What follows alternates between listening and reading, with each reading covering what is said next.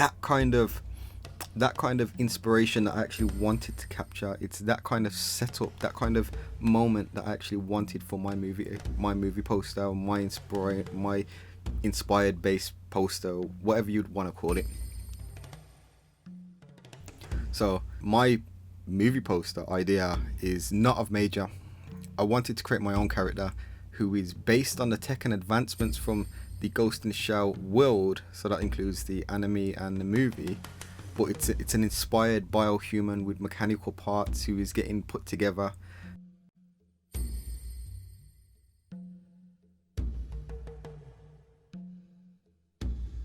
Basically, I wanted to capture the moment the upload of the brain's AI gets completed. So you can imagine a firmware update done to an ECU or BIOS. That is the moment I actually wanted to capture with my movie poster idea, inspired poster.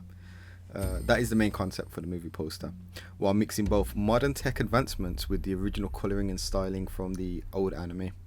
I wanted the face to be open as a nod to the original, while showing the futuristic coolness as a nod to the new remake, new take on the movie. I know it's kind of like halfway through the video, but I do just want to apologise for my pauses and my breaks in the video. This recently had the flu, just trying to get over it, and while I do try to record all my videos raw, having a flu kind of really just stops you on your breaths and everything else. So it's a bit of a nightmare trying to record while having a stuffy nose or a sore throat. But hopefully this video will kind of explain everything I'm trying to do, and hopefully in the next couple of videos I'll be completely over it altogether. I just want to touch up as well on future projects, which will be game assets. I would actually go through like character creation and actually importing them into Unity and getting them characters animated and working, as well as rigid body colliders and collision detection, and how a game project could actually work. It wouldn't be like tutorials, but it'll just be like some cool little videos or cool little uptakes, as well as the vlog for our upcoming game, and I'll try and keep it as often as possible, as well as creative and as informative as possible, to actually show you what we're actually doing and where we're looking to take our projects, and how our projects might inspire you to do your own projects. So back to the actual imagery. As you can see from this point, I'm actually trying to figure out how to apply a top face to the character. And I was thinking of something where it slides to the left, but then I was thinking the original anime has the face slide up, so you can actually get access to it. So instead of it just sliding up with a kind of like a 45-degree angle to a 90-degree angle, where it kind of like rotates upwards, I actually wanted to have the whole thing rotate from the back of the skull, so the whole head tilts back, leaving the brain and the say the membrane and the brain fully accessible to whichever engineer or computer program is uploading to it or having access to it.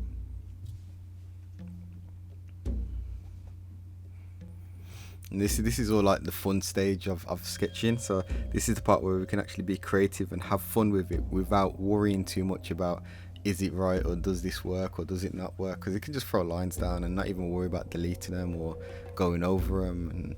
And there's nothing here that is worth keeping at the stage of where I'd be afraid to actually delete a line, or get the eraser tool and just go over it. This is the stage now where it's just like, hey, let's see if this works. Let's throw this line out here and let's see if it works, or let's try and get this lined up.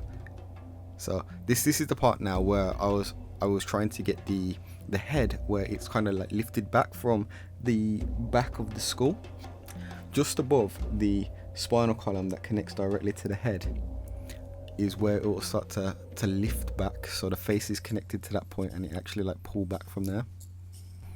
One thing you find when I actually do a lot of my artwork is I actually like to zoom out of the canvas, so the image looks quite small, because that way I don't get stuck on doing all the fine tuning, and I don't get stuck on having to think about, okay, I need to add this little line here, or I need to add that little line there. Once I've like zoomed out and I just get my basic thumbnail, that is the point where I can actually work a lot easier, and it's a lot quicker, rather than being actually too close to the actual image.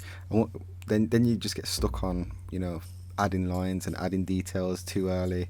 And what's good about this one is I actually had reference material which fit together, so the actual reference material kind of lined up, and once I actually stretched and scaled the images, they actually kind of worked to about the same type of height and the same type of width, where the images, the balance of the images worked. While I'm applying color now, this is not color which will be left on the actual image. This is just color that I'm actually laying down just to help give me a better understanding of shapes. It's you know, where it's going to be the darkest points, where it's going to be the lightest points, what's going to be the skin based tone, what's going to be the flesh and the muscle based tone, and it just helps me just figure out where I'm actually going to be taking the image, what's going to be more mechanical, what's going to be more metal based. That's what I'm actually kind of like flushing out here, and you'll start seeing in the next upcoming videos how the colors, what you actually see now, what you actually see me lay down now, start to change and start to I would say become more of where the image is going. So while the colors might be very similar or very much the same, they do change in the fact that it starts to fit within certain objects and within certain frameworks to actually help bump up objects and make them stand out a little bit more to what they are.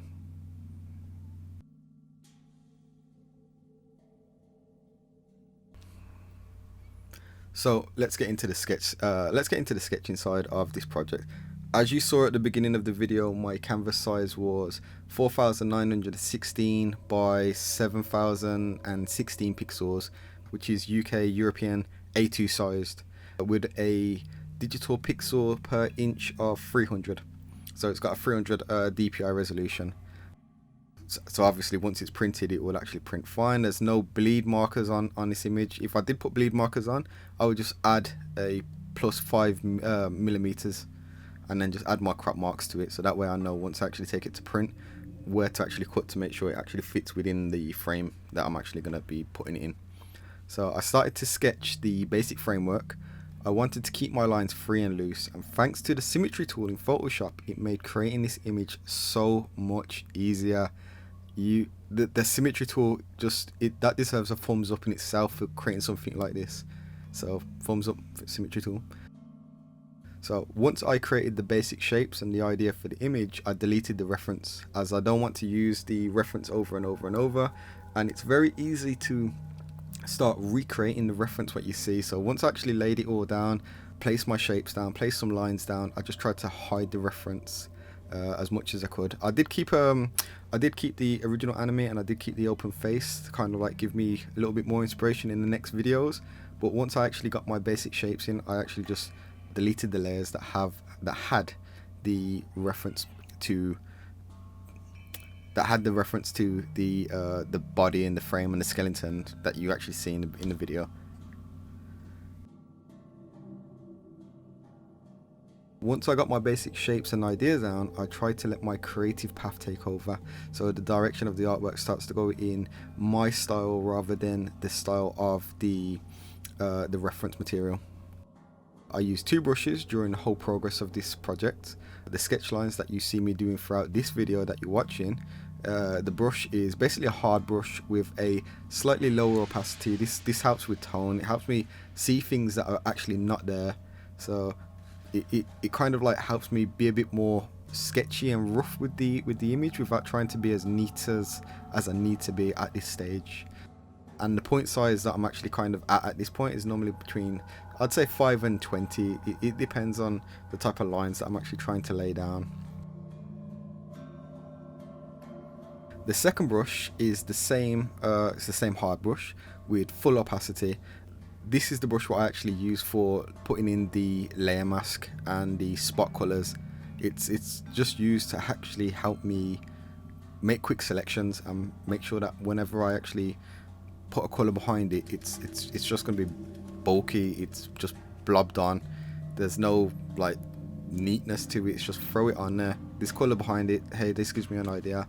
What can we add here? So there's no like at this stage of this video, at this stage in this project, there's no real neatness. There's no cleanness to the lines, there's no cleanness to the artwork. It's just throw it on, let's see how it comes out at this point.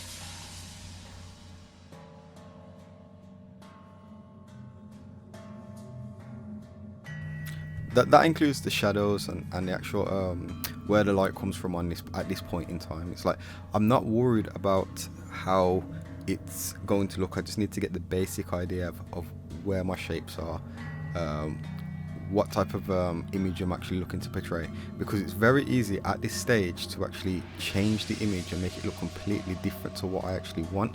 I don't want to make it look like a transformer, and at this point you can probably see it could get to transformer status very, very easily, and that's kind of something I don't want. I do want to show off the kind of like the way the face will open up and the way that the head will open up, so you can actually see the main brain or the main CPU of the actual the robot or the mechanoid, or whichever kind of humanoid android you kind of, the term what you like.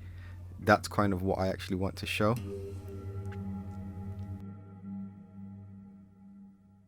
So everyone, I just want to say thank you for watching part 1 of the making of this Ghost in the Shell movie poster idea concept, yeah, of this video series.